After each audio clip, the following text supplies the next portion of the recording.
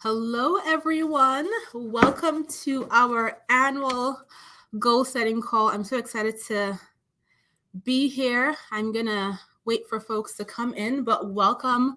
Thank you for taking the time out of your holiday break to spend with us to do some goal setting. And so, as you're joining, please tell us where you're joining from. I would love to know. I see a bunch of people coming on in. Welcome. Hi, Sandra. Hi, Alex. Hi, Kiara. Hi, Alice again. Noria, hi. Thank you so much for being here. I appreciate you guys. I appreciate you taking the time out. And as I mentioned, welcome to our 2023 goal setting call. My name is Bola Shokunbi. I'm the founder and CEO of Clever Girl Finance. We are an online financial education and media company, and we offer a completely free platform to empower women and our allies to achieve financial wellness on our own terms. So today we're going to be doing this goal setting session. It's a working session, and the theme for this year is choosing to prosper in 2023. So I'm wearing my shirt. And Yasmer and Esther are also going to be joining on camera in a little bit. And they're going to be participating in this. So we have a lot of stuff to cover, and I'm so excited. I have my notes here, but I see a lot of new people joining us for the first time. So I just wanted to do some really quick housekeeping before we dive into this goal setting session. So first things first, I want to make sure that you can all hear and see me, right? So put a note in the chat saying yes if you can hear and see me okay. If you're having trouble on YouTube, just exit the live and come back in, and that should resolve it. So exciting. People are joining from the Caribbean, St. Martin, Ghana, Michigan, Montreal, LA, Kenya. Oh my goodness, this is going to be so much fun. Maryland, London, Virginia, Georgia, North Carolina, Orlando. People are from everywhere. Portugal, New Zealand.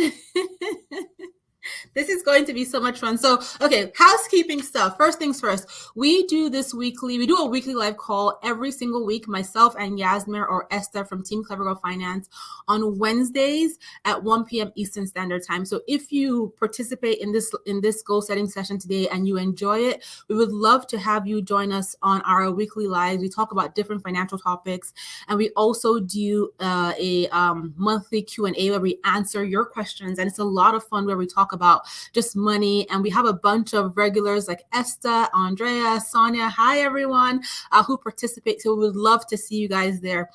Also, today's topic, Choosing to Prosper, is based on the themes from my new book, also called Choosing to Prosper. And so I would definitely love for you guys to pick up a copy of this book. You can find this book everywhere your books are sold. It's available as an ebook, as an audiobook as well. And you can leverage this along with the downloadable worksheet that is for this session to really dive deep into the themes and topics we're going to cover in today's session.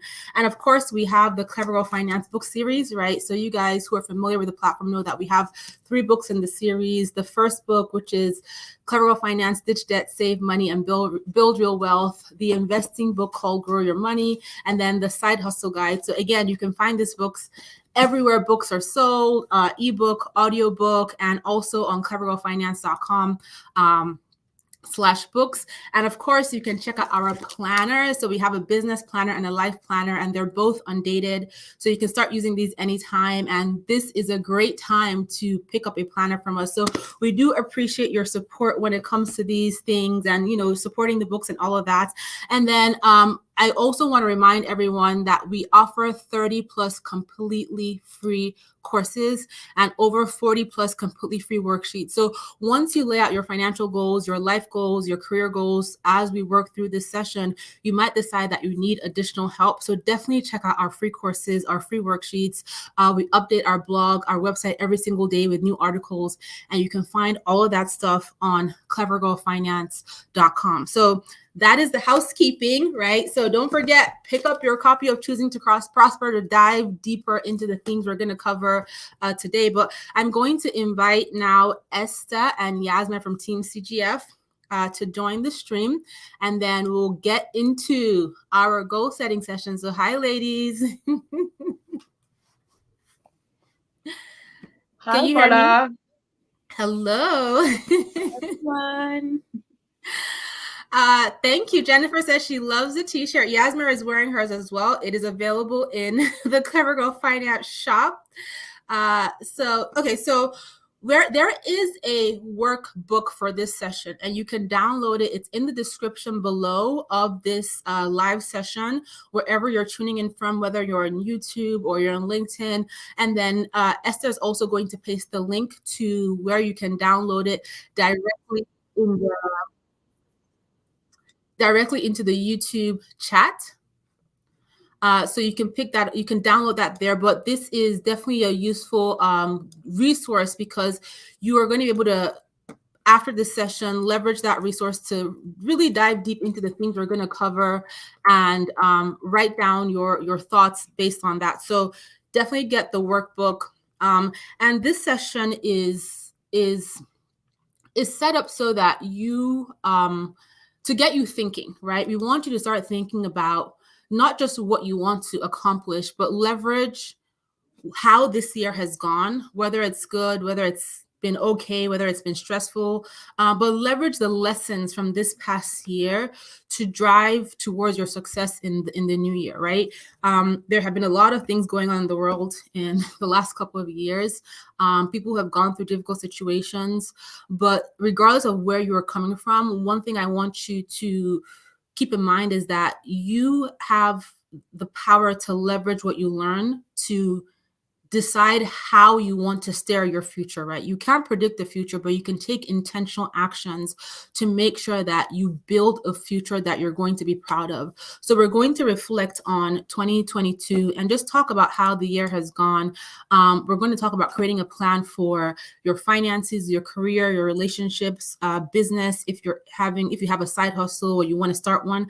We're also going to talk about navigating imposter syndrome, because that is a big angle when it comes to being able or not able to achieve your goals. And then we're going to go over laying out your goals. So that's where this workbook is going to come in really handy. But I've been doing so much talking. So Yasmin and Esther, I'm going to have you introduce yourself, and I'm going to zip it for a second. Yeah, I can go first. I'm Yasmira, everyone. One of the content creators for Clever Girl Finance. I'm joining you all from New York City, where I live. Hi everyone, I'm Esther and I'm the operations manager at Clever Girl Finance. I'm joining you for the beautiful UK. Yes, so welcome Yasmin and Esther. For those of you who are familiar with Clever Girl Finance, you see these ladies and hear from these ladies all the time. So I'm really excited to be doing this session with them. So the first thing I wanted to just talk about in terms of like thinking about setting your goals, and I mentioned it just very briefly, was, every year before the new year starts, people talk about setting goals, setting New Year's resolutions, this, that, and we're all super excited. We rush into setting these goals, and then, as the month wears on, we're like, oh my God, this is not going to happen overnight. And then life starts to happen. And by March, most people have fallen off and completely given up on the goals and resolutions that they set for themselves. But one way to prevent that from happening is to be intentional, right? So before you pick up your pen, before you pick up your app, your phone to write down a goal or review a goal or assess anything, I want you to be clear on setting the intention. And setting intention is really adjusting your mindset to believe that you can accomplish what it is that you want for yourself, even if you don't know the answers, right? Even if you don't know how exactly you're going to get to that big savings goal, that big career goal, that business building goal, but set the intention that you're going to succeed regardless of what happens. Because when you set goals, life gets difficult. Life happens. Things happen. Expenses come up. People disappoint you, right? And you want to come back to the intention that you have set when that happens, so that you can keep going and keep going strong throughout the year. So we're going to get into some questions that are in the workbook to kind of help you start thinking about how you want your next year to be. So, and Yasmin and Esther, I'm going to have you guys participate in answering these questions. And for those of you who are watching us live, please share your answers in the chat. I would love to know. So the first section we're going to talk about is your finances and reflecting on the last year so that you can be intentional with choosing to prosper with your finances in 2023. So when you think about your finances for this past year, 2022, what are you most proud of in the last 12 months? And this is an important question because even if you didn't achieve all the goals you set for yourself in 2022, it's important to reflect on what went well and pat yourself on the back for that, to acknowledge what you did well, right? So what was great about your finances in 2022? Esther, do you want to share the last 12 months? Yeah, I actually can. So for me, I think I definitely did fell off like sort of mid 2022, but I was able to catch up towards the end. I kind of reminded myself of my goals and was like, girl, you still have 4 months that you can make huge progress with. So get to work. So that's something that I'm really sort of proud of in 2022. I'm also proud of the fact that I stayed in my lane. I think when we did the goal setting session, in 2022, one of the things was to keep our blinders on, stay focused on your goals, don't get distracted. So for me, I would say that 2022 has been a year of just staying focused on my goals and keeping my blinders on, celebrating other people's success, but knowing that I have my own journey to go on. Mm-hmm. What about you, Yasmin? Well, last year I set the intention to buy my first home. And I'm proud of myself for sticking to it because I set the intention at the beginning of the year. I was excited. Then, like, for months, I wasn't doing anything towards getting my home, but then I found people that were keeping me accountable. My teammates here at Clever Girl Finance were keeping me accountable, asking me like, how's it going? So yeah, I'm in the process of buying a home. I'm just waiting to hear back on the closing date. It might be as soon as this Friday or next week. It's been a very stressful experience, but Mm-hmm. I'm proud of myself for sticking with it. Yeah. So for me, the last 12 months, so I always pick a word for the year, and my word for the year for 2022 was focus and gratitude. And for me, what went well was just being able to save consistently. And that was one of the things I wanted to do, save in the business consistently. Because for those of you who own businesses, you know that a lot of times you are reinvesting money back into the business to grow your business. But I wanted to be able to save consistently and build out a buffer just for everything that we do here, right? Expenses, just in case. You've all heard talks about what 2023 might look like in terms of like the economy and business and finances. So that was one of the things that went really well. And I'm proud of being able to do that. In the comments, I see a lot of people leaving so many amazing things about how 2022 went for them. So Faith said she saved more. Wanda, proud that I kept my debt low and added assets. Sundari sold her first home and paid off her wedding in full. Congratulations to all of you. Able to buy a house, credit score increased, got a better job, better salary, able to pay for birthdays and holidays with cash. So many great things happened with you guys. I paid off my Sally Mae student loan in October. So one of the things that we love to do here at Clever Girl Finance is celebrate wins, right? A lot of times you will set goals and you may fall short of your goal, or you may not achieve your goal, or other aspects in your life may not be going well. But one thing that will help you stay motivated is celebrating your wins. And we love to do it even on a weekly basis. How did you do with your financial goals, your career goals, your business goals this week? And even if it's a tiny little win, it still counts, because as you can see, when we talk about the wins that you have celebrated and we congratulate each other and we congratulate ourselves, it motivates you. It keeps you excited to keep going, even if everything may not be working out as you expect. So this is why it's really important for you to reflect on what has gone well with your finances. And so in your workbook, either you do it now or later on, write down what went well with your finances in 2022. Write it down, right? You may be telling yourself, oh, I didn't achieve the goals I set for myself. I didn't do this. I didn't do that. But based on all of these comments I'm scrolling through right now, a lot of you have things that went well for you with your finances. Not perfect, right? We're not pursuing perfection here, but things that went well. And I want you to write that down because this is part of you reflecting to help yourself stay motivated and inspired to move forward. So many comments. Somebody's congratulating you, Yasmir. Woo woo. It's from Barry. Hi, Anita. So I want you guys to write that down.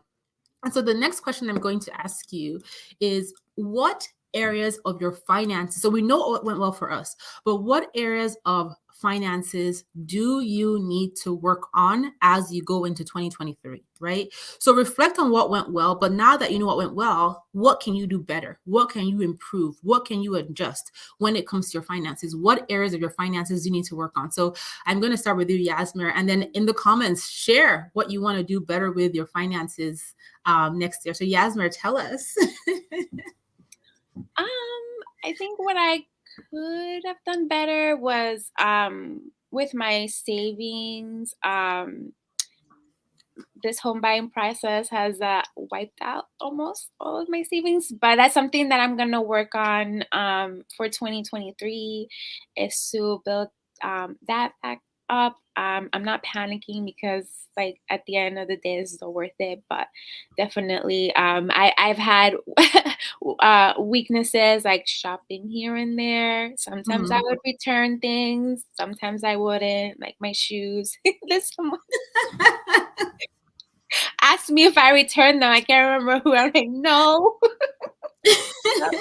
But yeah, definitely like I can do better with savings, just building that up again and just being careful with like my spending a little bit more. I did not. Yvonne is calling you out, Yasmin. It was Yvonne because I remember your my sister's name is Yvonne. So yes, I.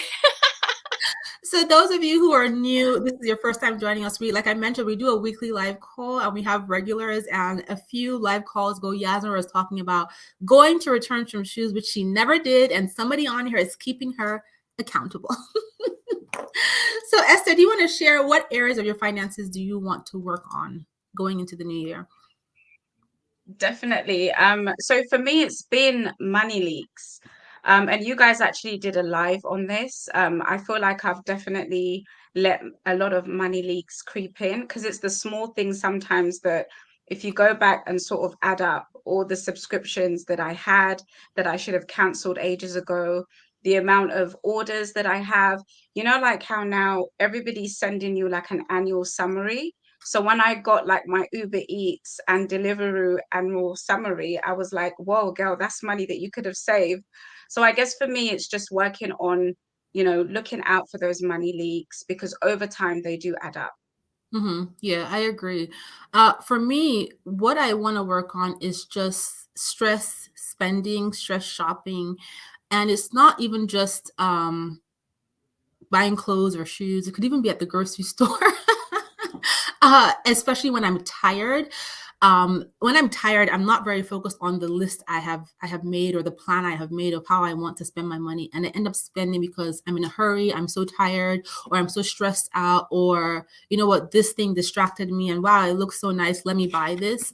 For me, I don't feel too guilty about stress shopping because I still save, but I don't like the fact that I'm not spending according to the plan I have set because I'm tired or I'm stressed, right? So that's one thing that didn't go too well. And I see people in the comments sharing Someone said that is me, stress spending. Andrea said she's adding money leaks to her vocabulary. Someone said guilty as charged at the grocery store. Yes, I have a whole video on my grocery store shopping. Someone said credit card discipline and consistent savings for sinking funds. So, there's always going to be things that we need to work on with our finances, but it's important to recognize that. And the reason why I wanted myself to share, Yasmin to share, Esther to share, is because I want you guys to realize that even though we are running a personal finance platform, we are not perfectionists here. We are not without fault, right? I talk about my struggles with spending at the grocery store quite often. I'm talking about my struggles with stress shopping. Yasmin is talking about having to rebuild her savings because she purchased a home. Esther is talking about money leaks. This is just part of life as human beings, managing the things that tie into your finances, right? Your family, your children, your emotions, your job, whether you have one or not, purchasing a home, all of these things tie into you being able to save, not save, your mental health. So, it's important for us to show ourselves as human beings to you and show our vulnerability to you as well, so that you know that you are not alone and this is a journey, but there are things you can put in place to help you be successful with achieving your goals, right? So don't forget, we just talked about our wins and what we did really well. And now we reflected on what we need to improve, what we need to work on. So let's think a little bit further and talk about, okay, what can we do? I've talked about stress shopping. Yasmin, we've talked about having to, save again. Esther, we've talked about money leaks. I want you guys to start thinking about, based on what you have said did not go so well, what can you start to implement to help things go better in 2023, so that when you now lay out your goals, you have a strategy to be able to better achieve those goals, right? So for me, it could be making sure that I continue to put money in this guilt-free account, so that even if I'm stress shopping, right, it's not at the expense of my savings, my investments, my children's, the things I want to do for my kids, my household bills, right? I have this account. And even though I may be stress shopping on this, because guess what? I'm going to be tired in 2023. I'm going to have grocery slip ups in 2023. But if I have this account that can be a buffer to help catch my slip ups, then it helps me from feeling guilty. The last thing you want is to set a goal and feel like you're not doing well. And because you feel like you're not doing well, you give up. And that happens to many of us, happens to so many people. Wow, 6 months of the year have gone by. I haven't been able to meet my savings goal once. You know what? What's the point? I'm giving up. We don't want that to happen. So what can you put in place? What actions, what systems, what automations can you put in place based on what hasn't gone well to help you? You may not be earning enough at your job, right? But can you get a part-time job until you can get that better paying job? What systems can you put in place? You're an impulse spender. Can you have automatic transfers go from your checking account to your savings account at a different bank, so that you know you're saving your goal every week, every time you get paid, even if you slip up with impulse spending here and there?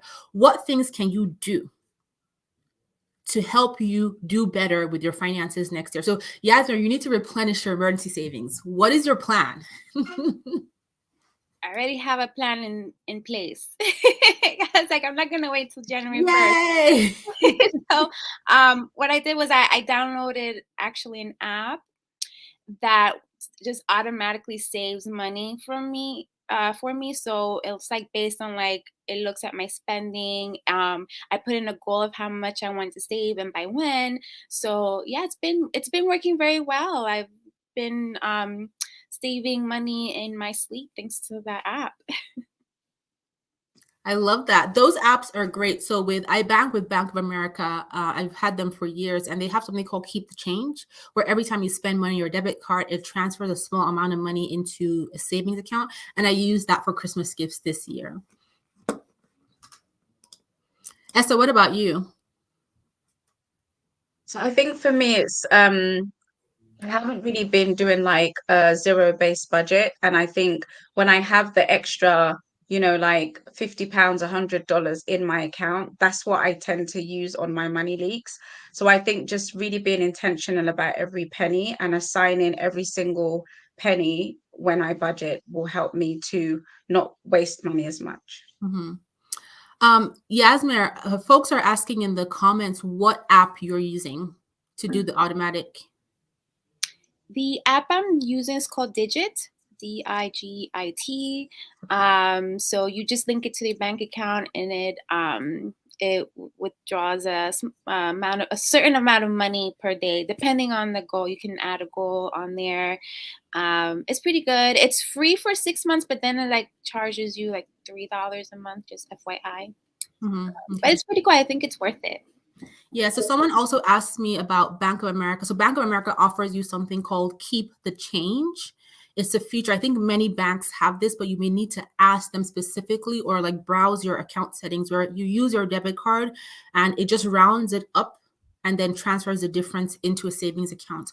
Also, if you have an option to, if you have multiple accounts with a bank, there is always an option to schedule transfers. So for example, Bank of America allows you to schedule a transfer. I know that Capital One Bank allows you to do that. Most online banks allow you to schedule transfers, or you can also have your payroll, your HR just set up money that directly goes from your paycheck into certain accounts. So there are options.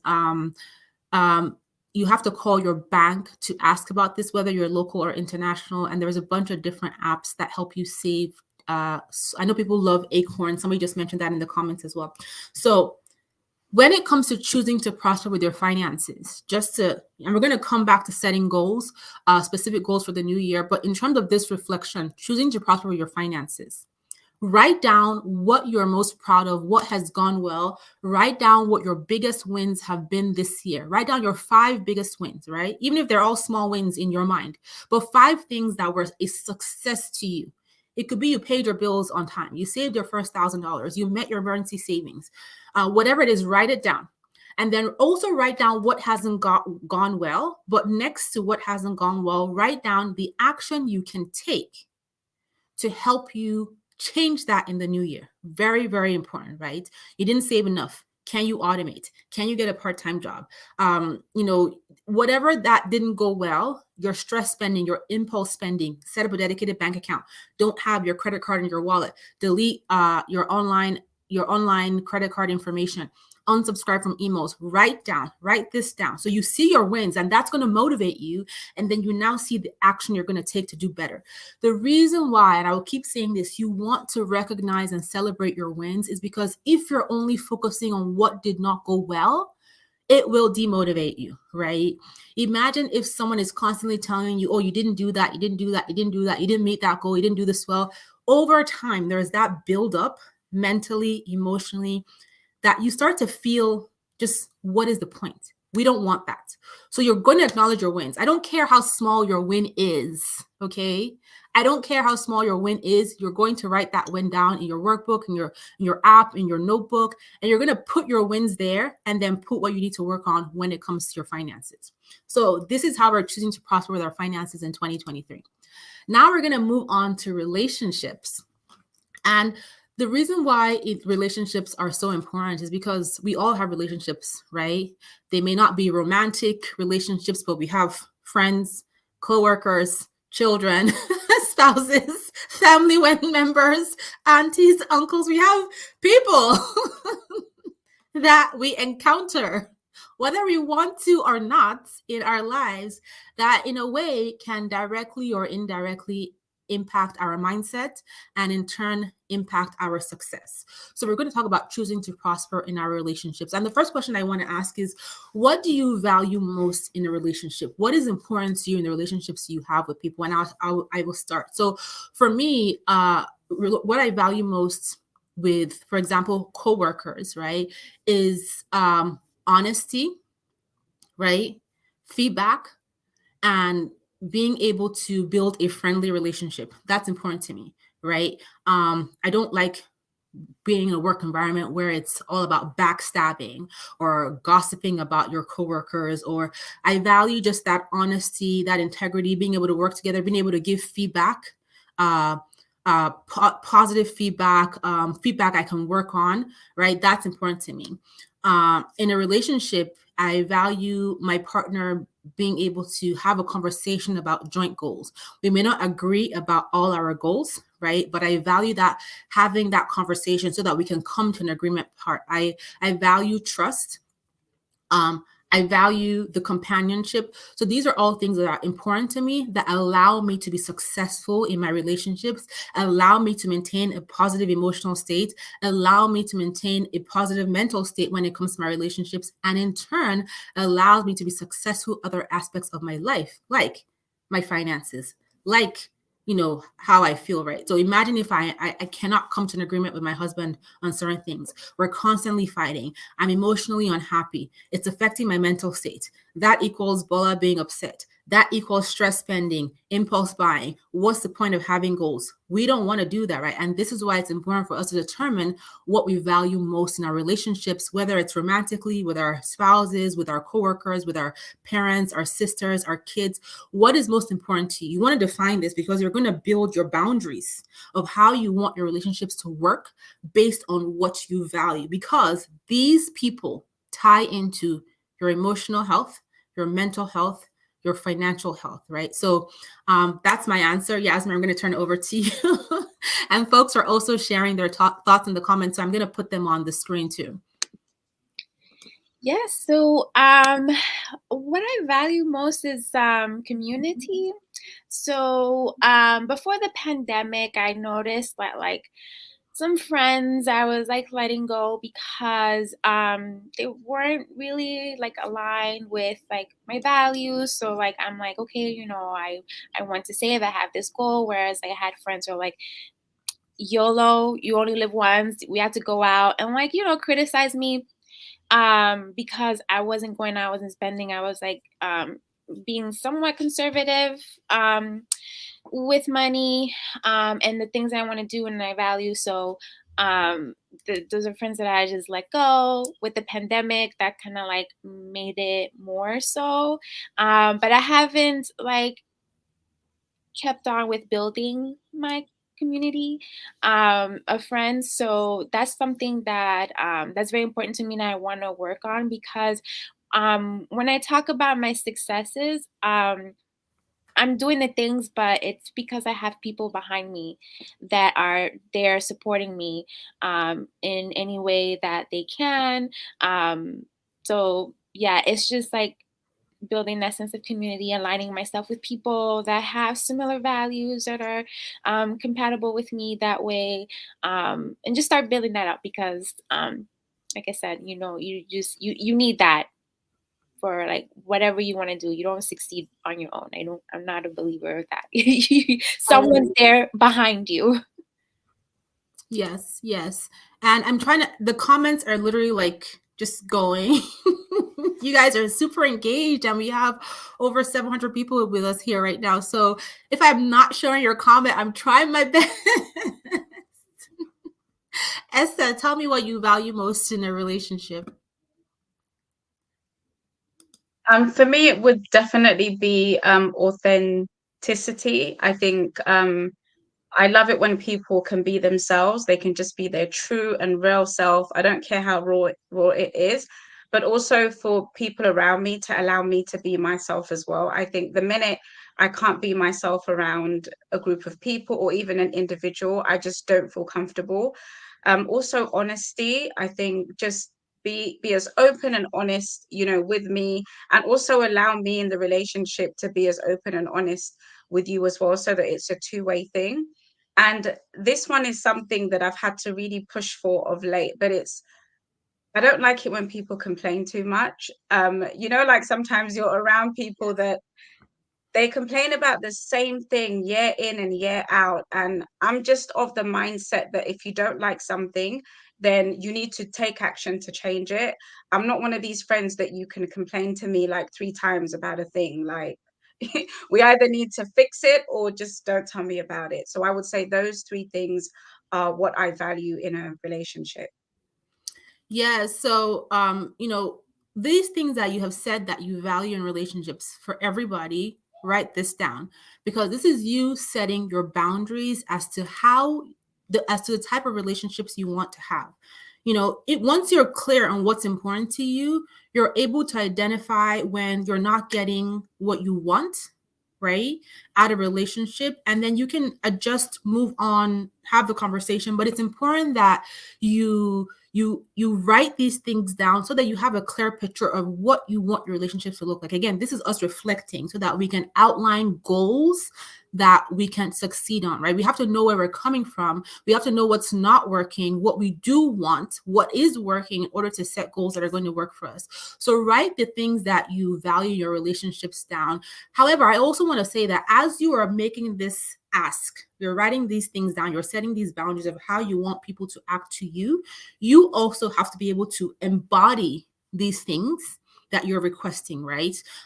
You want respect, you have to be respectful. You want loyalty, you have to be loyal. You want good communication, you have to communicate. So it's not a one-sided, right? Because at the end of the day, if you have to walk away from a relationship, if you have to verbally communicate why a relationship is not working, you want to do it knowing 100% that you gave what you expected, right? Really, really important. And then the other thing I want you to think about is, what are the things in relationships, whether it's with your partner, coworkers, whoever it might be, that you are not willing to compromise on? One of the things that you talked about, Esther, was complaining. And that's something that I had to recognize, I think in my 20s, when I found myself constantly complaining. And it was very insightful because when I paused to reflect on, like, who is this person that all I do is complain, complain, complain, wake up, complain. I could never see the positive in anything because I was just complaining. It was because I was surrounded with a bunch of complainers. The first text message I would get in the morning would be a complaint from someone. I would reply back with my own complaint. I would go to work. All my coworkers are complaining, right? And I realized this is not what I want. This is not who I am. I don't want to be a complainer. And when you focus all your energy complaining, you have less time and less mental capacity, less emotional capacity to focus on being a better person, to focus on achieving your career goals, your life goals, your financial goals, because all you're thinking about is negative, right?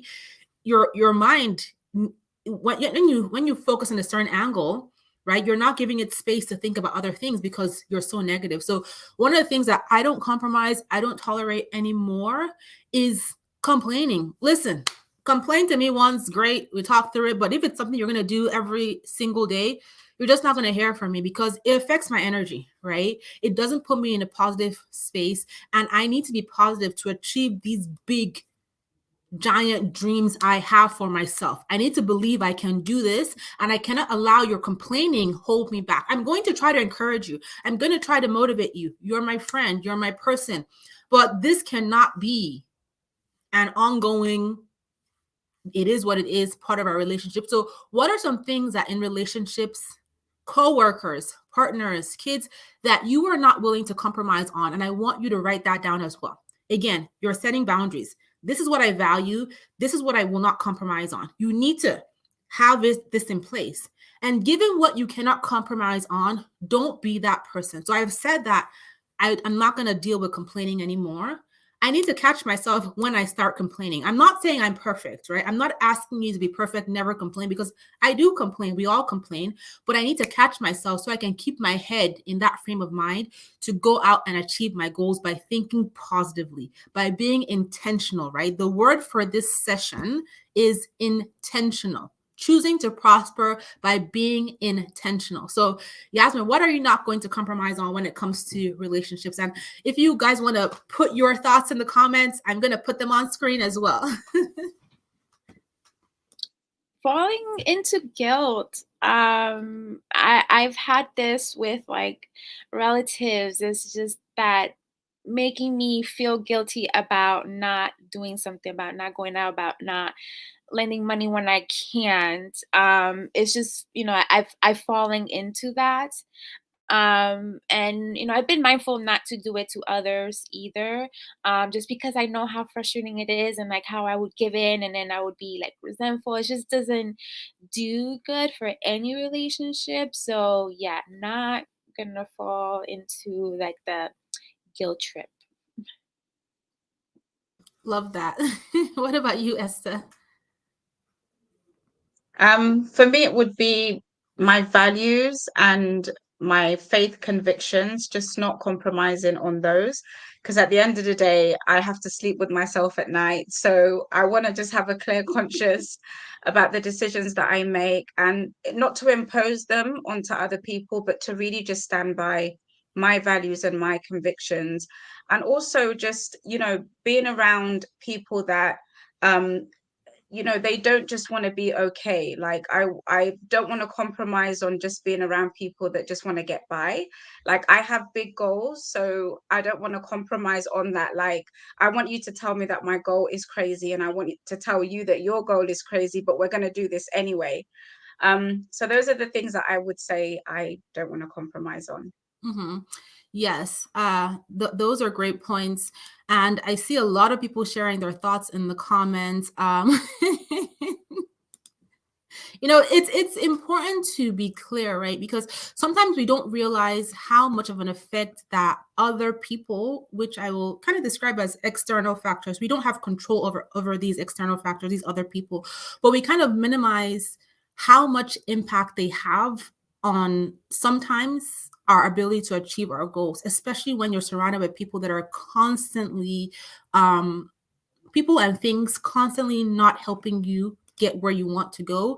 And you as a work in progress may not have developed that willpower, or maybe still be trying to build that discipline, which again is something that's always ongoing. Or you may still just be trying to find yourself in certain aspects where people around you, if you don't have that right support, that right accountability, it can be hard if they're not supporting you mentally, emotionally, which in turn translates into the goals that you want to achieve, right?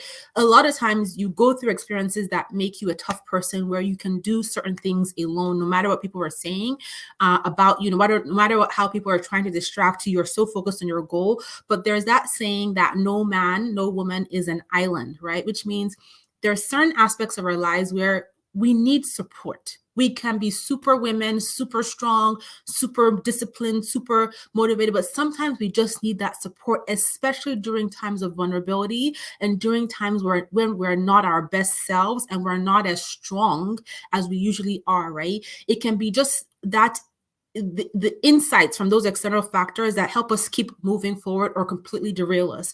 So it's really important. Someone made a comment on here, I'm trying to find it, and they said that complaining can be healthy. Complaining is important and healthy if you use it as momentum to change what you don't like. Yes, we all complain. I definitely agree that complaining can be healthy because you get it off of your chest. But there are different types of complaining, right? There's lamenting where nothing, even if I give you the solution on a platter of gold, I'm like, here's the solution. You can't see it because you're so caught up. Well, the gold is not gold enough. Okay. Well,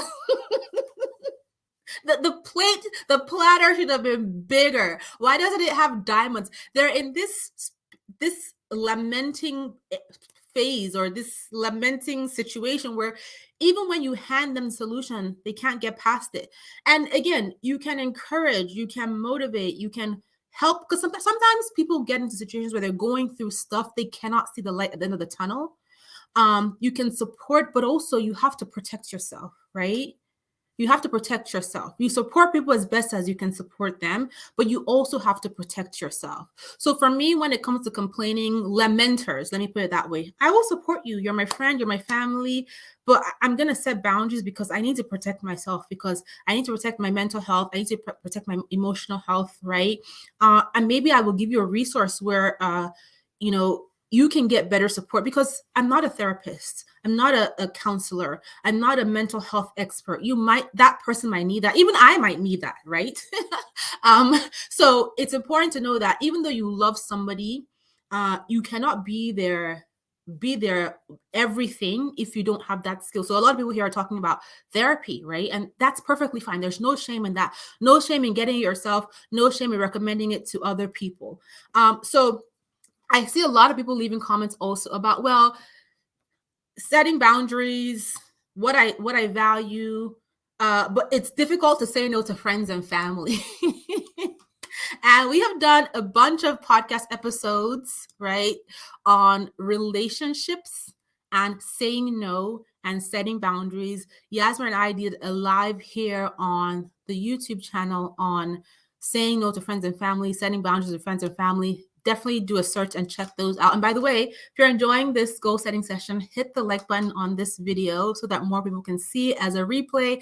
And please subscribe to the Clever Girl Finance YouTube channel. But saying no to your partner, friends, and family, especially when they're not on board with your goals, can be hard, right? But I will say that you have to communicate and you have to be strong, right? You have to communicate what it is that you're trying to accomplish. They may support you, they may not support you, they may laugh at you, they may be like, girl, get the hell out.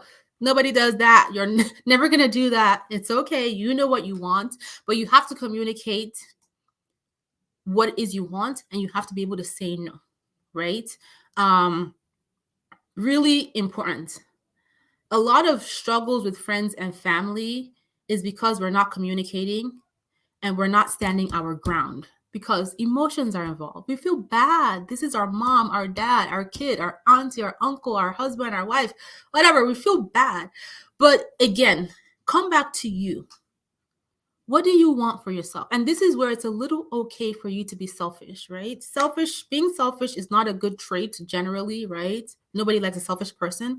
But there are instances when it comes to you and your happiness and what you want to achieve and what you want to, do in your life, it's okay to be a little selfish, especially when you realize the people who are not supporting you don't even value anything that you have going on. They don't really care. They haven't really thought too much about you. They themselves are being selfish because they cannot see where you are coming from in order to be able to support you. So you need to be able to stand your ground. And I know we've all had family situations, friend situations, right? But the baseline is communicating, because NO is a communicative word. And sometimes even adding a little explanation, because sometimes some people may not even understand what you're trying to achieve. And once you explain to them, like, oh, wow, Bola, that's it. I didn't realize. You know what? I'm here for you. I'm going to support you. So communication is big here. Esther, I don't know if you wanted to add to, because I see you nodding your head. Literally, if we were in church, I would be putting money in the offering basket. Like, yes. I completely agree with you, but I think this might lead into the question that you may ask us. But I agree with everything, and that has been my biggest growth since I started my financial journey with Clever Girl Finance in 2018.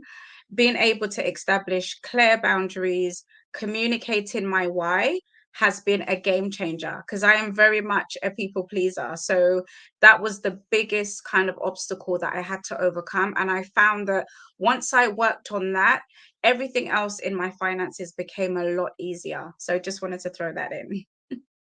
I love that. I love that. Andrea said just started handing out nope cards. Hi, Andrea. Charles, I've been using no more often. So, okay. We know that the truth is, doesn't matter how amazing you are, how nice you are, how caring, how giving you are, there's always going to be people who are just not going to be on the same page with you. Sometimes it's okay, right? We're all allowed to have different opinions. My husband sometimes has different opinions from me, but the way we get back on the same page, the way we get to a compromise, right, in our relationship is communicating and saying, okay, how can we make this work for both of us if we're not on the same page on this goal?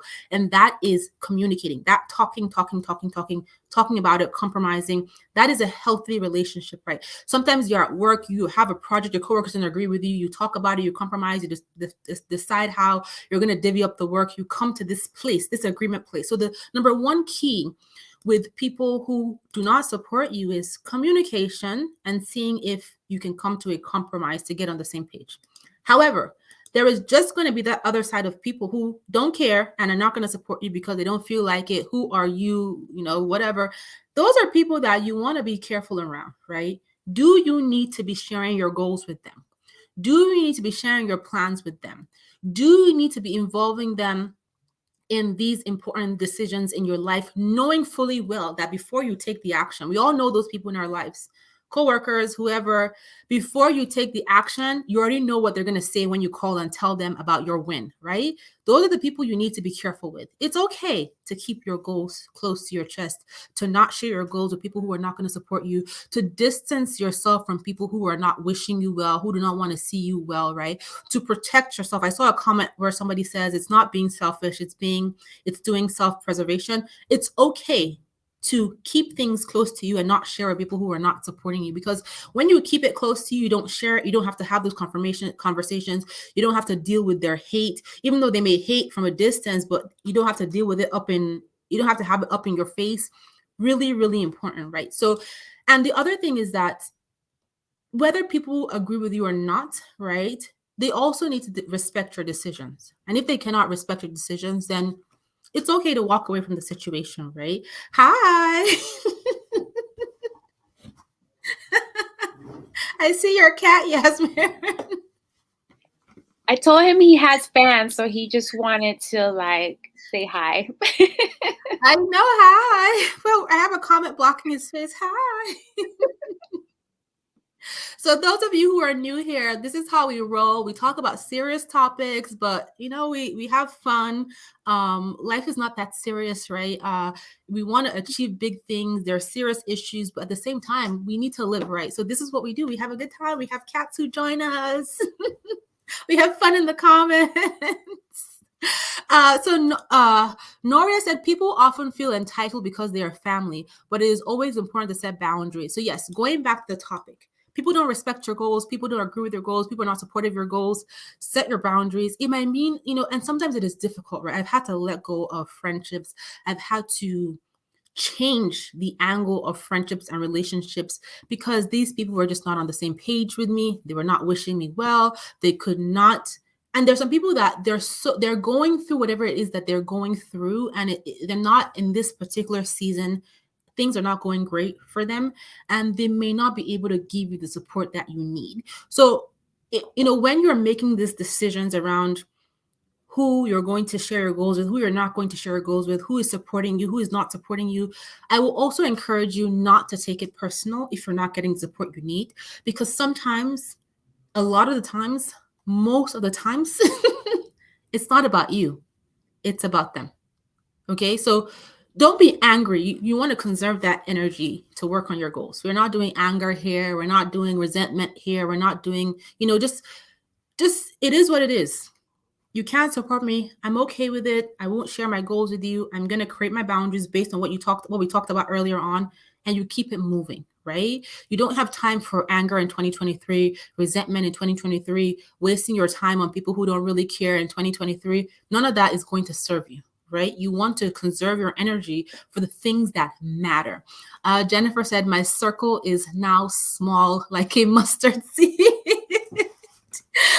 Yvonne said, I must learn how to motivate and cheer for myself. Yes, there is nothing wrong. So there's a chapter in this book where I talk about giving yourself your own flowers. Do not wait for people to tell you you're amazing, right? You saved the money. You got the job. You got the raise. You completed the project.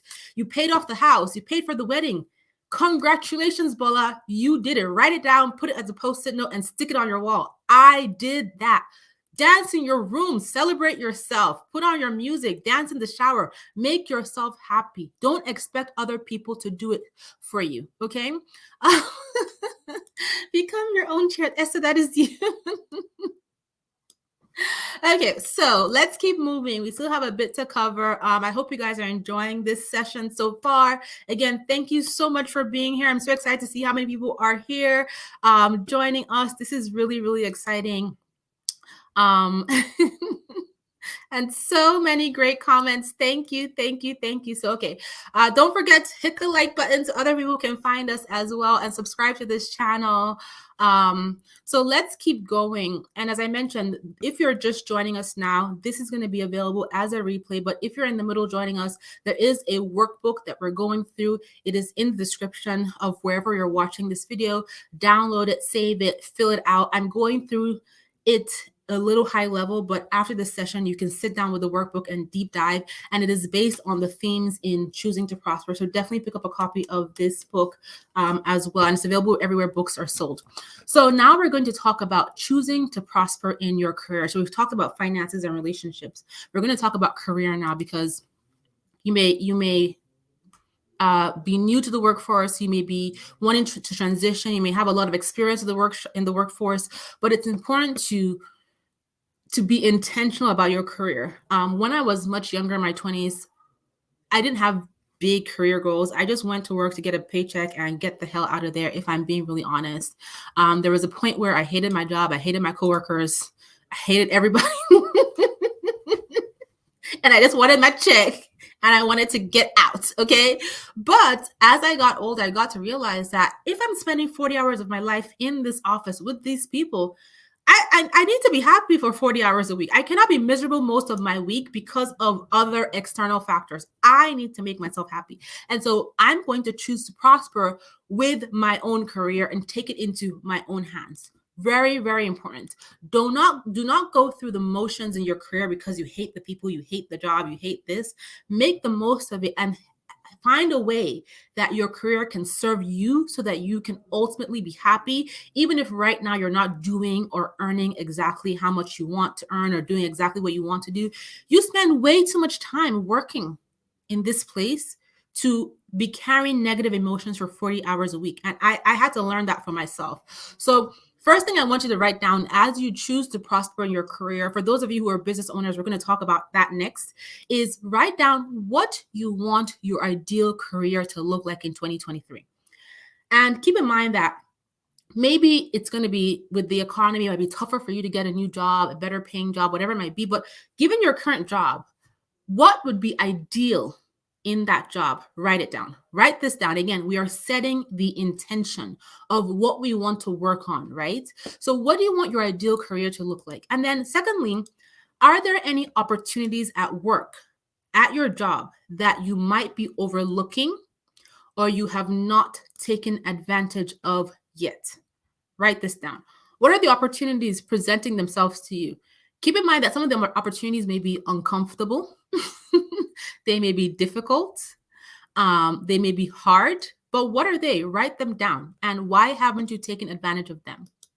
And then finally, in the career angle, I want you to ask yourself, are you getting paid what you deserve, right? And if you're not, what can you do to change this, right? You hate the fact that you're not getting paid what you deserve, right? Have you had the conversation with your boss about what you can do to get a raise? Have you thought about maybe looking for a better paying job? Do you need to get an additional skill set to be able to get that better paying job, to be able to get that promotion? Do you need to get a part-time job so that you can buffer your income, right? What do you need to do to start earning more money? Yasmin and Esther, do you guys want to add anything in regards to career, choosing to prosper in your career? Yeah, I think for me, the first thing I would say is get the book, Choosing to Prosper, chapter 3. If you're serious about, changing the trajectory in your career, chapter 3 is the best book ever. I read it on the plane and my husband could not speak to me until I finished. I was like, I need to finish this chapter, because we can learn a lot from other people's experience, and Bola literally shares her journey, and there were so many gems, so many things that I took away from it personally to create my own strategy in my career. But I think for me, really just going away from just having a career to what is the impact that I want to have in life and what kind of life that I want for myself. So for me personally, like moving away from just thinking about an hourly rate to working more for a day rate, like what flexibility can my role give me?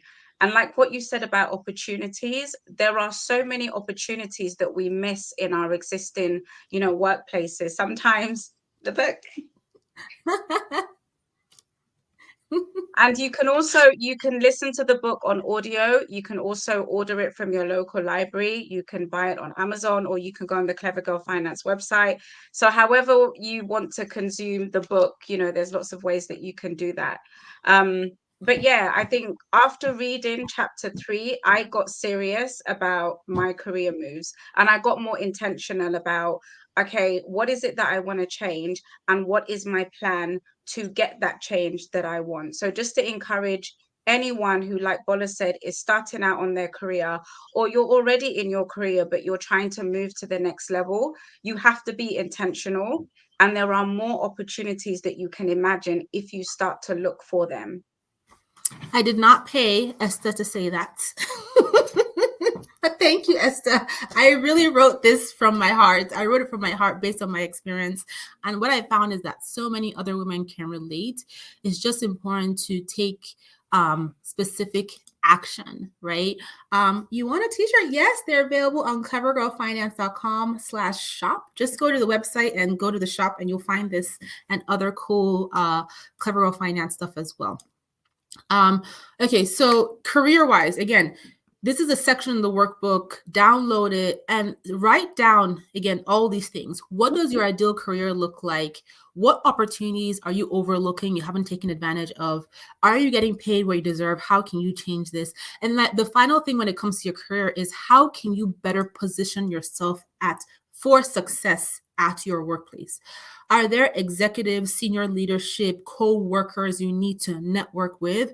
I used to really struggle with networking. I'm still introverted, but it was so out of my comfort zone to network. But sometimes it's important, right?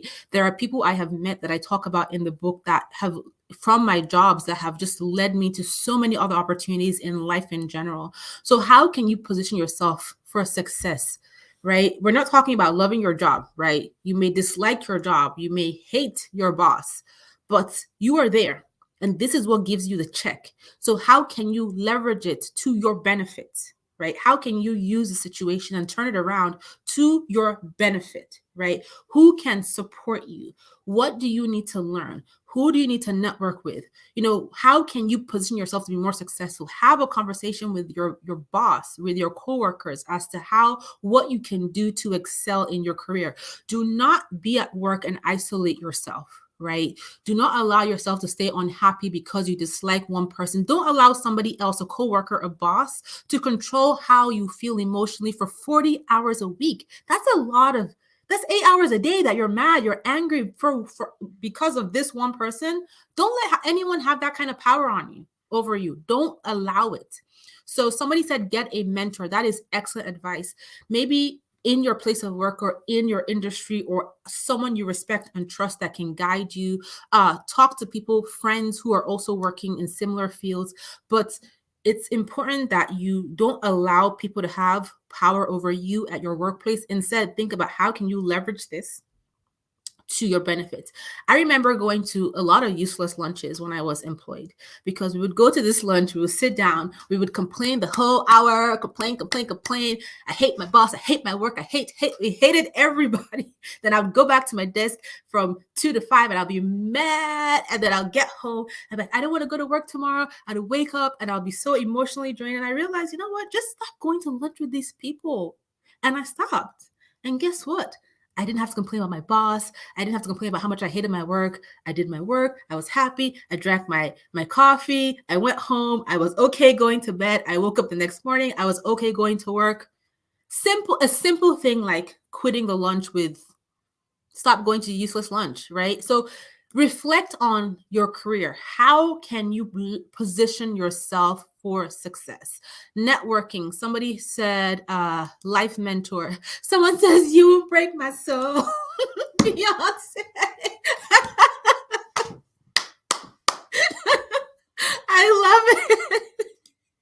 Someone said, join a professional association. These comments, you guys are cracking me up.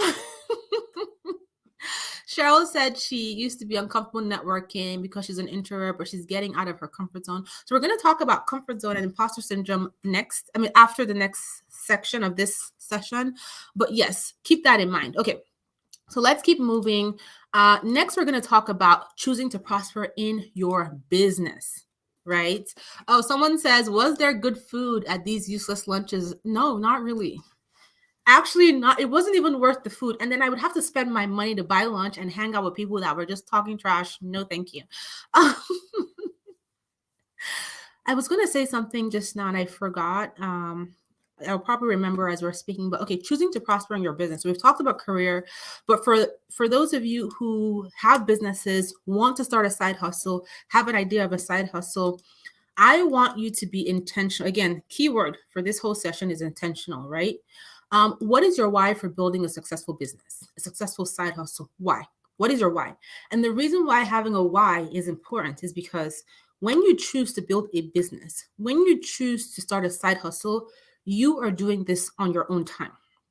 You are choosing to spend time away from your friends, from your family, from Netflix, from your relaxation to work on this business idea from this side hustle.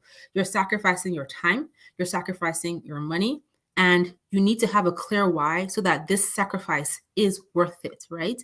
The last thing you want is to put all this energy into building a business, building a side hustle, not knowing where your time is going, not knowing where your money is going, maybe even earning money and the money slipping through your fingers because there's just no why around it. And you look back on the year and you're like, wait a minute, I made all this money in the business. I spent all this money in the business. I put all this time into the business. I have nothing to show for it. With business, because it is something that no one is forcing you to do, this is a choice, right? You need to have a why. Why do you want to build a successful business? You want to earn extra money to get out of debt quicker. You want to pay for your kids to go to college. You want to retire early. You want to buy your first home. You want to pay off your mortgage. What is your why? Get clear on your why for that investment of time, right? So that when that money starts coming in, you know what the sacrifice has been and you know how to repurpose that money. Second thing is if you're building a business, a side hustle, what support do you need? And this is a question I had to ask myself. And Esther, you have a side hustle. Yasmin, I don't know if you're working on a side hustle, but what support do you need, right? And Esther, I'm going to let you answer this question, but it's a really important question to ask yourself so that you can grow in your business. So as you think about your side hustle, what support do you need? Who do you need to grow? And why is this important for you? So Esther, I'll let you take it from here. So I'm going to be the book plug-in girl because Bola actually wrote an entire book dedicated to side hustles and business. And again, once I started we need to hire reading, you for marketing instead, okay? Your job is changed. I need to change roles. No, but seriously, the steps were broken down in this book, but also learning from the experience of real women and real businesses really helped me. So I think for me, in terms of support, it's been just knowing that I can start with what I have, right? So most people think that they need a ton of money, a ton of capital to get started, but it's just knowing that I can get started with what I have. And actually, you want to get started with what you have because you want to be resourceful. But other support has been just getting coaching around my mindset, to get out of my own way, to dream bigger. That's kind of been what it's been for me. Mm-hmm. Yeah. So asking yourself, what support do you need? Again, similar to your career, do not build your business in isolation. You might need support, you need accountability. It could be books, it could be people, it could be courses. We have a free business course, by the way, that covers business marketing, business structure setup, business finances. It's completely free, great foundation. Just go to claragirlfinance.com/courses. But what support do you need to be successful in your business? And then the other thing I would say about business, the other question here is, as you're building a business, there's a saying that a lot of times I'm going to get this right. A lot of times we overestimate what we can do in a year, but we underestimate what we can do in 10 years. And it simply means that we expect to build a castle in 12 months. And because we don't see the foundation yet, by month 11, we give up. Whereas if we just gave it time, we're going to build this incredible castle. We just need to build the right foundation to keep it up, right? And so as we're going through that process of building your business, of setting the foundation for your side hustle, what is your backup strategy? A lot of people quit their jobs too soon, and then they start feeling frustrated in their business because it's not making the money they need it to make as quickly as they expect it to, and then they quit their side hustle. They give up, right? It has nothing to do with whether your idea was amazing or not. You just didn't give yourself enough time. Before I quit my job to run this business, Clever Wealth Finance, full time, I was working for 2 years running a full-time business, and working a full-time job. And I did that because I needed to save money to have a backup, right? So what is your backup strategy in case it takes longer than you plan to grow your business? Are you putting money aside, right, just to cover your business expenses or to cover your household expenses, depending on how your situation is set up, but you need a backup plan for your business. The same way you have emergency savings for your personal life, you need emergency savings for your business. So that's really important for you to have in mind. So get clear on your why for your business, determine the support you need, have a backup plan in place, right? And then start thinking about what key actions can you take today to work in your business. And you're going to leverage this into fine-tuning your business goals, right? So we haven't set goals now. We're reflecting, we're talking through things, we're thinking through situations, right? We're going to get to the goal setting aspect, but this is all part of the process of being able to successfully achieve your goals, right? It is worthless to write a goal that just means nothing. I want to save $1 billion. What does that mean? What does it really mean? Can I do it? Who is going to help me? What will I do with $1 billion? You need to have this whole reflection is so important so that those goals are in tune with what is truly meaningful to you, what is truly important to you. So that is business. And then this section we're going to talk about before we get into goal setting is imposter syndrome. Because I promise you, doesn't matter how much reflection you do, doesn't matter how much planning we do, there's going to be that voice in the back of your head, especially when you're not feeling your best self, when you're weaker emotionally, you're weaker mentally, you're having a rough day, you're going through difficult situations. It's going to tell you, who do you think you are to do this? So let's talk about choosing to prosper by beating imposter syndrome. So first question, has imposter syndrome shown up in your life? Yes. There's a whole chapter on imposter syndrome in here. In the finances, in career, in business, in relationship, imposter syndrome. And then what did you do to deal with it? So write down what the imposter syndrome situation was and write down what you did. A lot of times we do nothing. We back away. It's so uncomfortable. We step back. No, I'm not going to do this. It's too hard. No, I don't want to deal with this. I don't like these emotions. I don't like the energy I'm feeling. I step back. So someone says, can I define imposter syndrome? So imposter syndrome is defined as you feeling or assuming you are less than capable of achieving something when you also truly know that with a little bit of effort and a little bit of discomfort, you are actually more than capable of doing this if only you will allow yourself, right? So imposter syndrome is feeling like a fraud, even though you're qualified. You know you've got this. You know you can do this, but it's not comfortable. It doesn't feel nice. People are not supporting me. Okay, so I can't. I'm going to fall flat on my face. People will laugh at me. You're worried about what people will think about you if you fail. This is imposter syndrome, right? So I see the yeses. Somebody said, absolutely. Analyst said, so much imposter syndrome. Listen, I can testify. I've been there, done that. Yes. It shows up, right? 13 Wolfie said, showed up in the first months of my new promotion. Imposter syndrome is that it's like that friend that just shows up when you don't want them to be there. They just show up. They just come up like you're getting ready for your big meeting, for your big promotion. You just have something big happening in your life and they just come and mess everything up. It's like the person you didn't invite to dinner, to the family dinner, and they come and just disgrace you. That is imposter syndrome. So Yasner, do you want to share about that? Yes, definitely shows up for me like in every aspect. I must say, well, I told you like I read your book more than once. I think I read it like twice already. Because I love that you share that part of you, that syndrome that came up for you and how you were able to overcome it. And I'm so glad that we're having this conversation because I don't know about you all, but for me, I'm like, okay, I'm not alone, and I see people that are successful like Bola, like you, Esther, and you talk about that you're vulnerable about like imposter syndrome. It's like, okay, I don't feel alone. So when that creeps up, I just have to remind myself like, okay, like a lot of people feel this way. I can't give into it. I have to figure out how to move forward.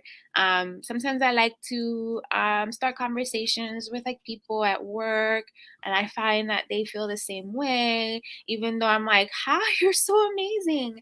Um, it's just, I hate to say it, like it's normal, but I'm glad that we're normalizing talking about Mhm. it because when I was younger, we didn't speak about this, and I felt like I was the only one. So, um, yeah, please check out Bola's book. Again, she's not paying me either. I'm just saying it because it's a great book, and I don't read books twice very often, and I had to read it just to like remind myself like people Thank go through this, you. and like you, Bola, we can overcome. Thank you, Yasmin. And I was gonna say, right, because some people in the comments said, well, they haven't really felt imposter syndrome, and that's great, right? But sometimes, so imposter syndrome is it's funny in that it can show up in different strengths and in different strains, right? You may feel it really heavily, um, in certain angles aspects, right, like when you're about to do a big presentation or you're about to deliver a big project, and you might feel it's more subtle when, for example, you meet a friend that you think is doing more success, is more successful with you career wise. Doesn't make you less of a success because you don't make as much money as them, but your imposter syndrome is telling you, you know what, you haven't done as well as this person, and then you feel a little uncomfortable when you meet this person if you haven't seen them for a long time. It could be feeling uncomfortable in a dress because maybe you're wearing a figure hugging dress and you have a great figure, but you're not used to wearing clothes like that because people in your life have told you, girl, why are you wearing that, who wears that? Like it comes up in different, it's very sly, it's like a slithering snake, and it's like it's very sly the way it just shows up, right? Sometimes it shows up strongly, sometimes it shows up very subtly, right? Like, for example, a lot of people feel less of themselves when they don't wear makeup. This is a very common thing, but they are beautiful, right? But they feel like I'm not who I am because my face is not beat and I'm not dressed, and I could bump into my enemies in the street. Listen, I can bump into my enemies in the street with no makeup, in rags, and I will still show up with 100% confidence. Imposter syndrome is not going to get to me in that way, but there are other aspects in my life where I feel imposter syndrome. Like, honestly, putting this book out, I felt all kinds of imposter syndrome. I was telling lies to my publisher. Bola, is the book ready? Oh, no, no, no, no. It's not ready. I'm not yet finished. Is it ready? Oh, no, I need more time. This book was ready. It was ready, but I was, oh my God, who am I to write this? Why do people care about a story I have to share? Who is this going to help? Why is this meaningful? So it showed up in different strains. And so you want to recognize it, whether it's strong, whether it's subtle, recognize it, right? And then understand that sometimes to tackle imposter syndrome, all it means is stepping out of your comfort zone and doing the thing anyway, right? I feel significant imposter syndrome whenever I do TV, right? You guys, for those of you who have seen me on TV, it's like, oh my God, you're great. And inside, I'm like, oh my God, this is the worst. I hate it. Yasmer always comes with me to my TVs, and she knows I hate it so much because it is so uncomfortable, but I have to deal with it. And Yasmer is my motivator. She helps me navigate imposter syndrome in those seasons, right? So once you recognize it, how do you power through? The one thing you don't want to do with imposter syndrome when it comes to everything we talked about now, your finances, your career, your business, your relationships, is stop and retreat. Because that is what imposter syndrome makes you do. It makes you stop and go back into your comfort zone and you put on your pajamas and your blanket. You're like, oh my God, it's so cozy here. We don't want that. We're going to feel the cold. We're going to feel the shivers because sometimes it's just getting past that discomfort to get to the opportunity, to get to the success, to get to your stride, right? So that is so important. So think about one way that you have faced imposter syndrome in your life recently, a long time ago, and then think about what you did to get past that feeling to achieve what it is that you achieved in that instance, right? So that if you feel imposter syndrome in a different aspect of your life, or you're currently feeling it now, you can remind yourself of how you got past it. I share this example a lot and I'll share it again. Thank you so much, Dahlia. Thank you. Someone gave me the best advice, and I share this very often. If you've been around for a long time, you've heard me say this on the podcast. But she said to me, when it comes to imposter syndrome, because this is something I really struggled with, like honestly, like badly. She told me, imagine that you are going on a trip, right? And I'm driving a bus, and I'm inviting all my friends on this bus because I need them to come with me on this trip. I cannot. It's just one of those trips that you just can't go alone. You're not allowed to go on alone. So on the trip, on the bus, my motivation is coming. My girl boss mentality is coming. My happiness, my joy, they're all taking their seats in the bus. And then my fear is coming. My imposter syndrome is coming. My emotional stress is coming. My mental stress, they're like coming. They're the bullies. They're coming. They're already making so much noise. They're making so much noise on the bus. But at the end of the day, I am the driver of this bus, which means that I'm in control, right? And so when things start getting out of hand with the bullies in the back of the bus, I'm going to put that bus in brake, and I'm going to turn around and say, listen up. You're on this ride. That's great. But you know what? You fear, get to the back of the bus. You imposter syndrome, get to the back of the bus. I do not want to see you in close range of my rearview mirror. And also, guess what? Zip it. I do not want to hear a sound from you on this trip. You have to come on the ride because they said I cannot come alone, but you're not going to ruin this trip for everybody else. You're not going to ruin it for my joy. You're not going to ruin it for my peace of mind. You're not going to ruin it for my happiness, for my motivation. No, you're all going to get to the very back of the fact, sit on the floor on the bus so that when I adjust my mirror, I can't see you, and shut the hell up. That's what you tell your imposter syndrome. That's what you tell your fear. That is what you tell all that negative energy so you can keep moving forward. But you have to recognize when they're creeping up on you because they do it so slyly, right? So you have to be able to identify. So in this section is really identify a situation in your life where you have faced imposter syndrome. How did you get past it? Or how did you not get past it? And if you didn't get past it, what can you do now, stepping into a new year, setting new goals to get past this? Somebody said in the comments, your success is on the other side of fear. Liz, she said that. Keep that in mind. So important, right? It's going to be uncomfortable. There's no success. There's no achieving of your goals without a little bit of discomfort. And that discomfort is going to get on your nerves. It's going to piss you off, but it's okay. We're not going to channel anger. Remember what we said about anger earlier on. We're conserving that energy because we have better things to do with it, right? Andrea said, stress, fear, they didn't pay for a ticket, so you don't let them Sometimes they've got to come. Sometimes they've got to come, Andrea. Sometimes we're on the jet and we can't throw them out into the wind. They got to come, but we have to check them. The only way out is through. Yes. So, Esther, did you want to share anything?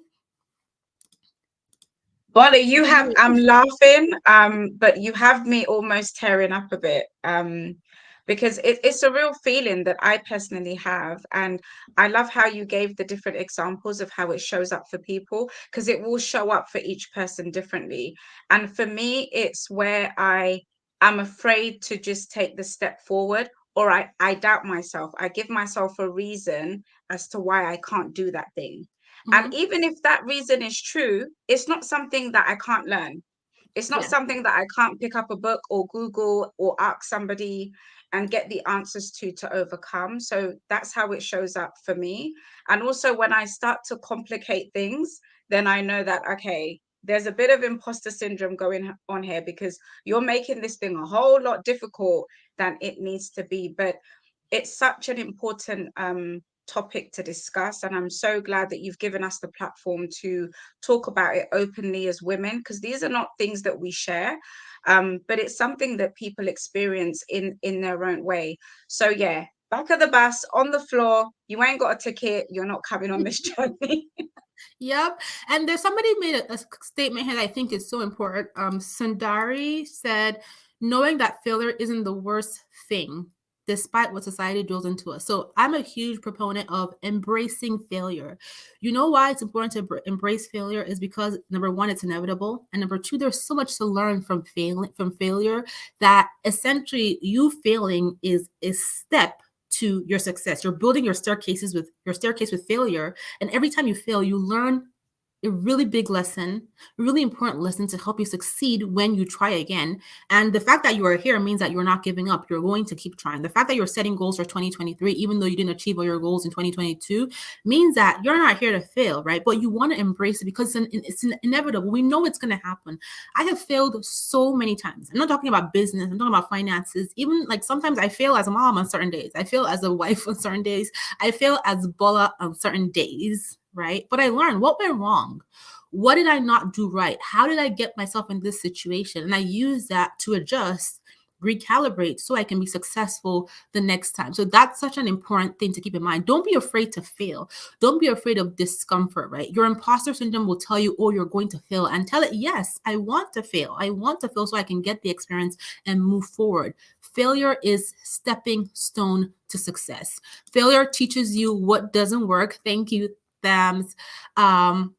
Rita said, failure is simply feedback. I have a namesake here. Someone says, Mojibola says, fail forward. Jody also said, fail forward. So important. So you guys are still with us. We appreciate you so much. And so we're going to get into the last section of this, which is setting your goals, right? So we've done a lot of the base work. We've done a lot of the foundational work. We've done a lot of the necessary work.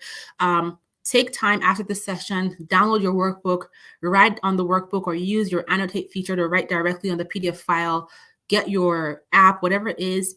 Dig deep into all these things and then start to set your goals for 2023. Because now you've created a solid foundation of how you want to move forward. You're clear on what's important to you, what boundaries you need to set, on what didn't go well, what you want to go right, specific actions you're going to take to make sure you're successful. And so now it's time to set those goals. And this section in the workbook is called Intentionally Choosing to Prosper Moving Forward. We're going into the new year, right? It's exciting, right? But we don't just want to do this for January. We want to do this for the entire year and then come back and keep going for 2024 and 2025. And so when it comes to goal setting, the categories we talked about on this session were your finances, your relationships, your career, your business, if it's applicable to you, and dealing with imposter syndrome, and also stepping out of your comfort zone. So one key thing when it comes to setting goals is you do not want to overwhelm yourself with too many goals. So for each of those sections, pick your top 3 to 5 goals that you want to achieve over the next 12 months and write them down.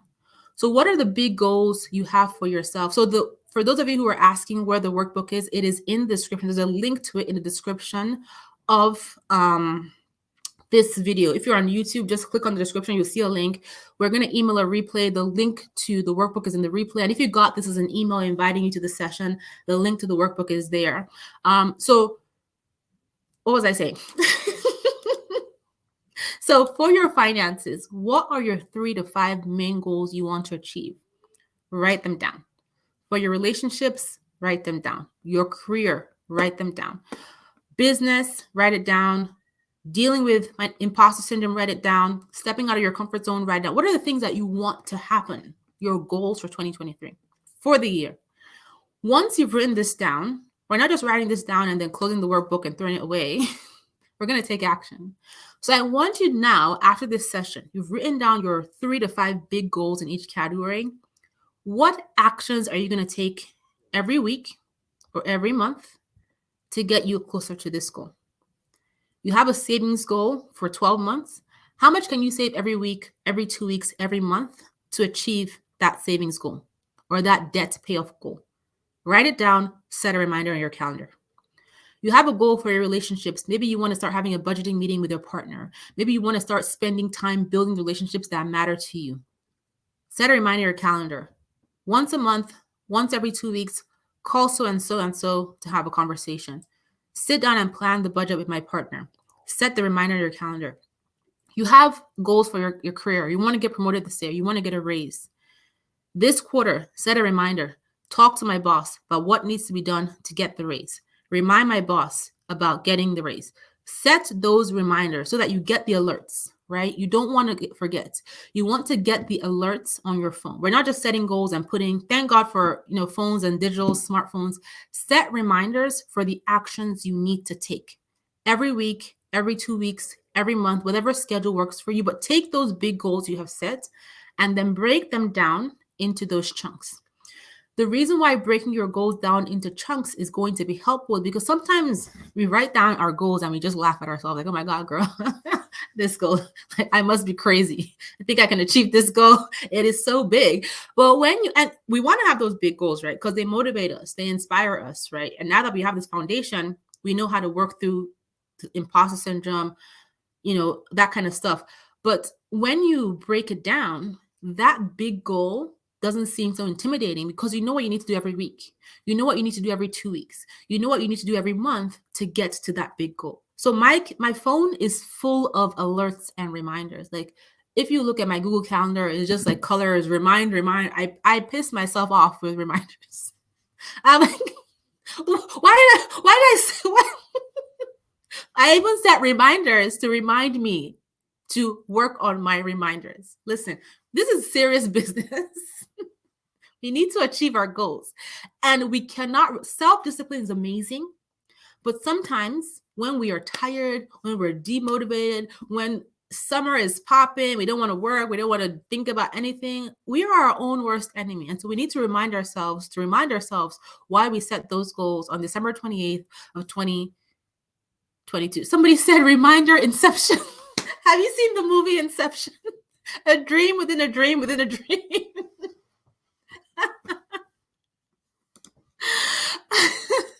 Indira said, I thought I was the only one setting a reminder for the reminder. Yes, do what you need to do, but set these reminders. And then when you set these reminders, maybe in the middle of the year, we'll do a check-in, or you can join our live calls. We check in there every Wednesday, 1 p.m. Eastern Standard Time, and set a reminder to then check in on your progress. Maybe you want to do it once a month, maybe you want to do it once a quarter. And keep in mind that it's okay to readjust your goals because you may decide that, you know what, in March, I don't want to ask for a raise at this job. I want to get a better paying job. I don't want to save 10,000. I want to save 15,000. You can adjust your goals. This is you in control. You are the boss here. You decide. But do not diminish your potential, right? Your goals are not to be easy. They're to help you be successful. So as you set your goals, as you adjust your goals, do not diminish your potential. Be intentional about what it is that you want to achieve. So I'm going to let Yasmin and Esther speak on goal setting as well, because I know they're also setting their own goals as well and to share what is working for them. But for me, this is what I do. I set the reminders. I break it into chunks. I already built out all my goals into my planner. So Yasmin or Esther, both of you can share. Yes, I'm learning to use my phone more. I was more of like I was doing a planner, but setting the reminders have been working for me. I have reminders for everything. I think like for me that worked out is just finding someone that can hold me accountable, someone that I can trust that to say like these are my goals and they're gonna support me no matter what. They might think it's like crazy, but they're there checking in on me, reminding me that I need to do the things that I need to do. So if you can find like an accountability partner to keep you accountable and on top of you do what you want to do, I find it extremely helpful, and I'm going to continue that in 2023 and beyond.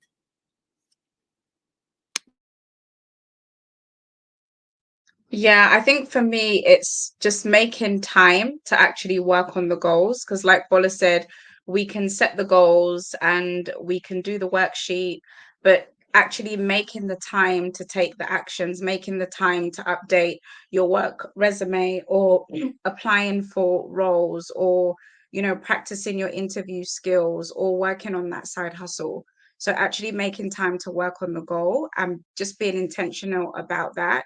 But also for me, it's reviewing my progress regularly. So having time to check in with what's working and what isn't working. Yeah, monthly check-ins. So in the Clever Girl finance planner, we have um both a life and finance planner and a business planner as well. And I use both.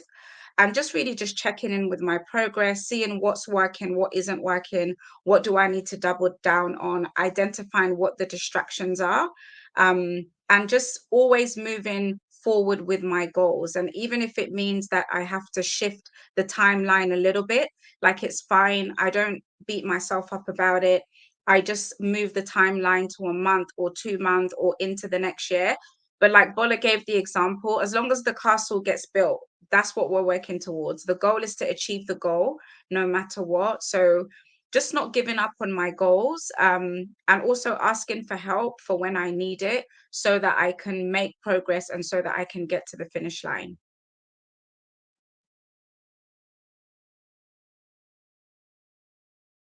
Sorry, I was on mute. So yes, thank you for sharing, Esther and Yasmir. And a new year is an opportunity for a fresh start. But remember, you can restart as many times as you want, anytime you want, whenever you feel like it.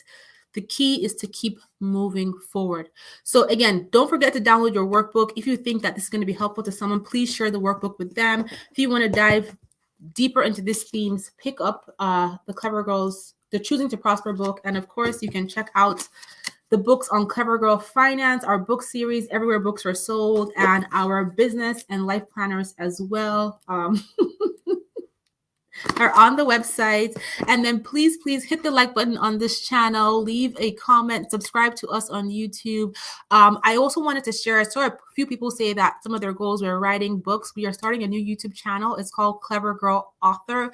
We also have a new website called Clever Girl Author, and we talk about everything about building a career in writing books. So please visit Clever Girl Author. We'll probably send an email out when the YouTube channel goes live next week. This video is going to be available as a replay. So we'll be emailing that out, and it'll be here on our YouTube channel. And I just want to say thank you to all of you for your support, for being here, for your messages, for just supporting Clever Girl Finance. So grateful for everything. We would not be here without you. And we love having these conversations. We love supporting you. We love what we do here.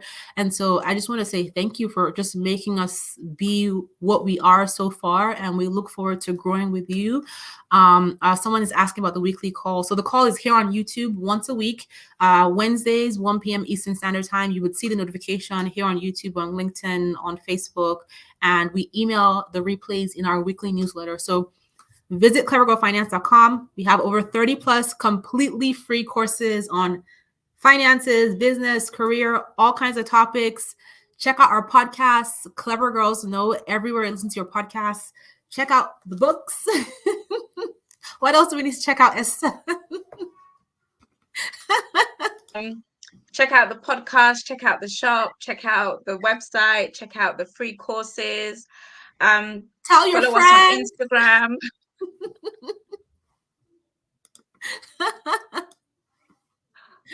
Yeah, thank you so much. And so I wish you guys all a happy new year. I hope you guys have had a wonderful Christmas, whether you celebrate or just quiet time, or if you're working, just a good season.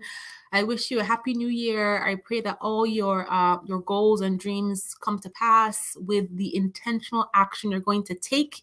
And we're going to be back with our live calls. We took a break for the month of December, but we'll be back starting next week, Wednesday. So you'll see the announcement, as I mentioned, on YouTube. We do it at 1 p.m. Wednesdays, 1 p.m. Eastern Standard Time. It's usually me and Esther or me and Yasmir. And we talk about all kinds of fun, amazing topics. So thank you so much. We'll see you guys soon. Thank you. Bye. Bye.